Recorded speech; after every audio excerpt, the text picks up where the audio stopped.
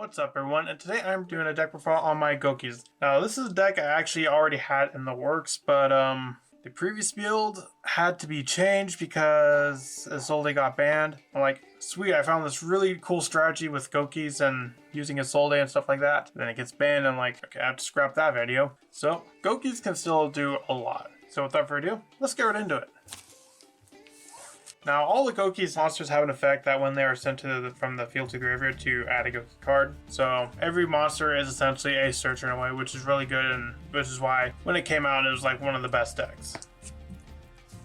First off, I run the 3 Suprex. When Suprex is normal summon, you can special summon one Gouki monster from your hand, like Twist Cobra, for example, or one of your copies of Headbat, both of which you run at 3. Headbat is also really nice because you can summon it from the hand, albeit it is a bit restrictive because you have to discard a Gouki and you also have to control a Gouki monster, which most oftentimes you will have considering the Goukis always search. Also run the one Octo Stretch, just another Gouki name that I can easily bring out.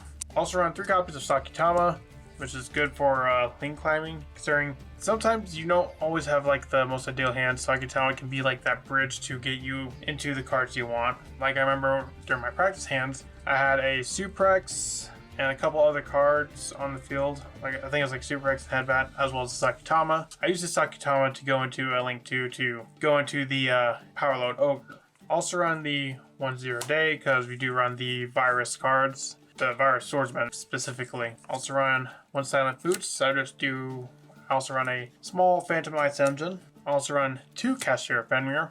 And new card, freshly off the ban list, Redox. Redox can come up pretty often, considering basically you can discard itself and another Earth monster to reborn an Earth from your graveyard. Can be pretty good. Like for example, let's say we have a Gouki Headbat and we send Twist Cobra off of the Gouki Headbat. Then we can send a Redox and Earth from our hand to the graveyard to special summon the Twist Cobra to also get that Twist Cobra effect. I also run 2 Ash Blossom for hand traps. Moving on to spells, I run 3 copies of Rematch. Rematch is insane. It's basically summon 2 Goukis from your graveyard. Granted, they have to have different levels, but that doesn't really come up too much. And considering it is searchable off of all the Goukis, you basically always have access to it, which is really cool.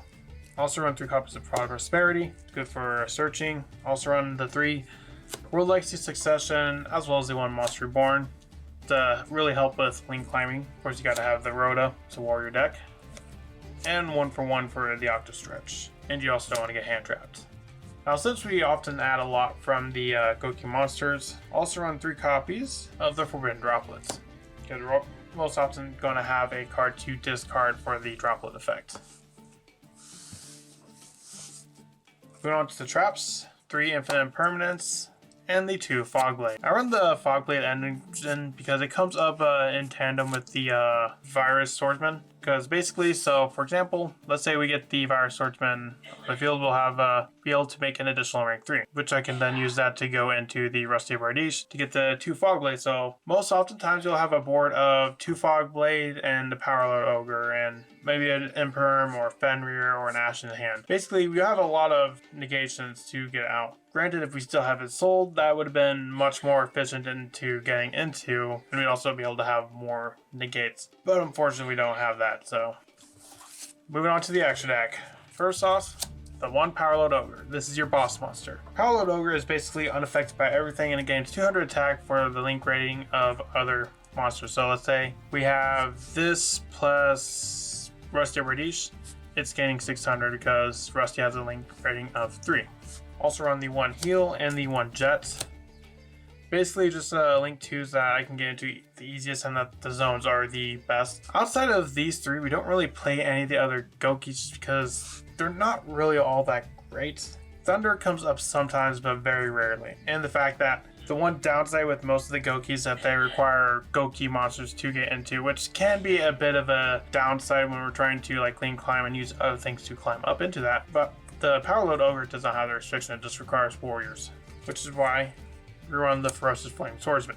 With the Flame Swordsman, we can turn like the Sakitama, Fenrir if we need to, or Redox into a warrior that can then be turned into the Power Load Ogre. Of course, as before I mentioned, the Virus Swordsman and Virus Berserker, as well as the Rusty. I do run one Link Rebo. It does come up from time to time with the Octostretch. Like let's say we have 1-for-1 in hand and not really much else going. So we can use the 1-for-1 to get an Octostretch, then link into Link Rebo to trigger the Octostretch search effect. Having it also is always going to be a good idea, just in case they blow it up. First, you got some generic ones like Ivy Masquerena, Phoenix, Quarter Century Rare Unicorn. Gotta just point that out specifically. I do run one copy of Saryuja's Skuldred, which doesn't come up too often, so I guess like if you want to switch one card out, this would probably be the one to switch out. I really don't go into that much, but it's a solid rank 4 that I might sometimes go into. We also got the Appaloosa and the finisher in Axis Code Talker.